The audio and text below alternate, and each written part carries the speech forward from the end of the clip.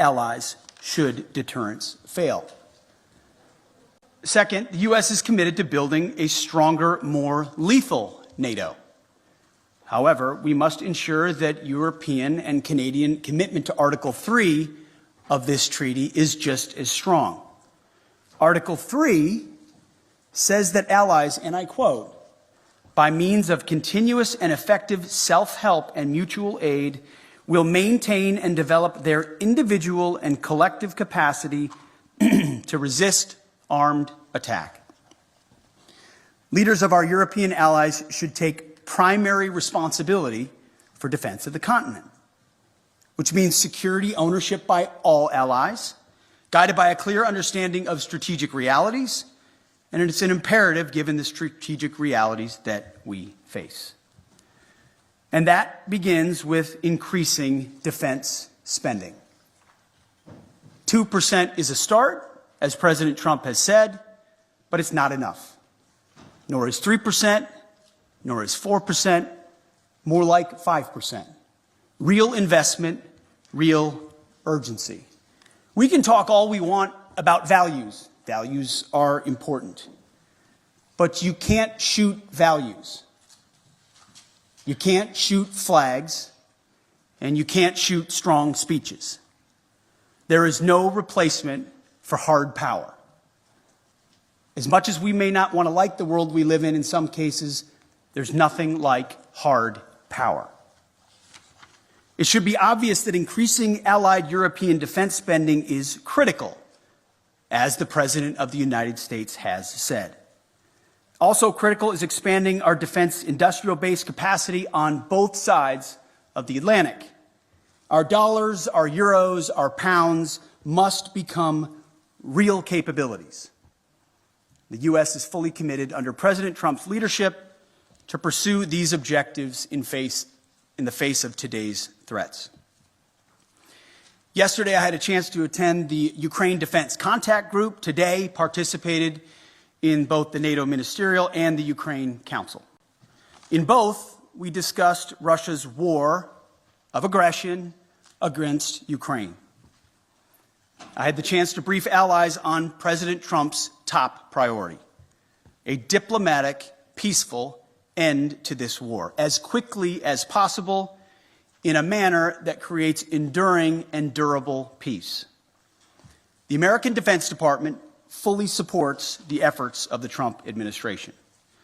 And we look to allies to support this important work with leading on Ukraine security assistance now through increased contributions and greater ownership of future security assistance to Ukraine. To that end, I want to thank my UK counterpart, Defense Secretary John Healey, for hosting this Ukraine Defense Contact Group and for his leadership on support of Ukraine.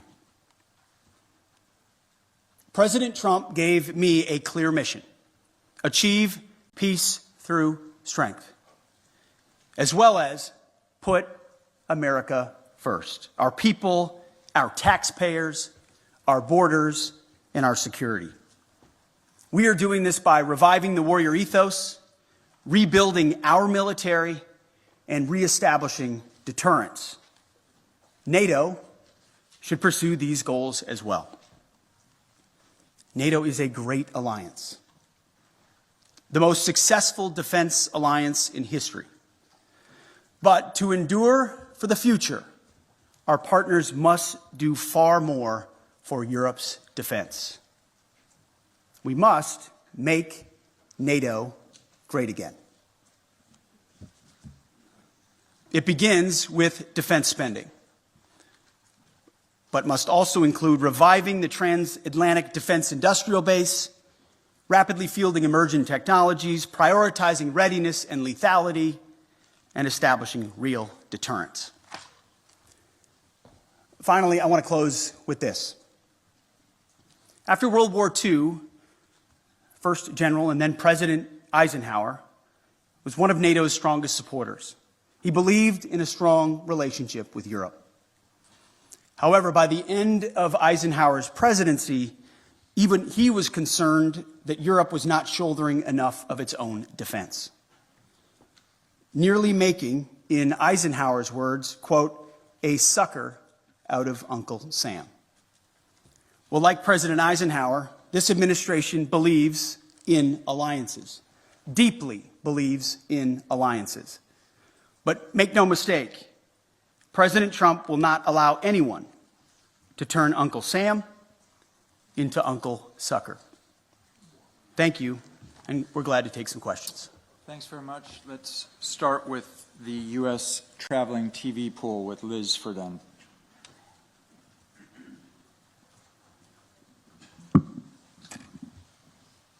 Thank you, Secretary Hegseth. You have focused on what Ukraine is giving up. What concessions will Putin be asked to make? Well,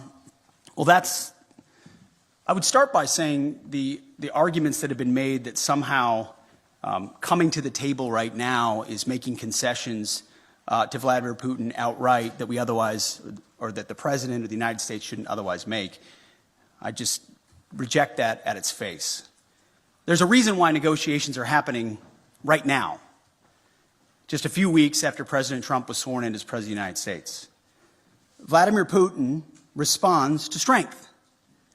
In 2014, he invaded Crimea, not during the presidency of Donald Trump. Over 4 years, there was no Russian aggression from 2016 to 2020. In 2022, Vladimir Putin took aggression on Ukraine. Once again, not while President Trump was President of the United States. So any suggestion that President Trump is doing anything other than negotiating from a position of strength is on its face ahistorical and false. So when you look at what he may have to give or take, what's in or what's out in those negotiations, we have the perfect deal maker at the table from a position of strength to deal with both Vladimir Putin and Zelensky. No one's going to get everything that they want, understanding who committed the aggression in the first place. But I challenge anyone else to think of a world leader at this moment who, with credibility and strength, could bring those two leaders to the table and forge a durable peace that ultimately serves the interests of Ukraine, stops the killing and the death, which Trump has been clear he wants to do, and hopefully ultimately is guaranteed by strength of Europeans who are there prepared to back it up.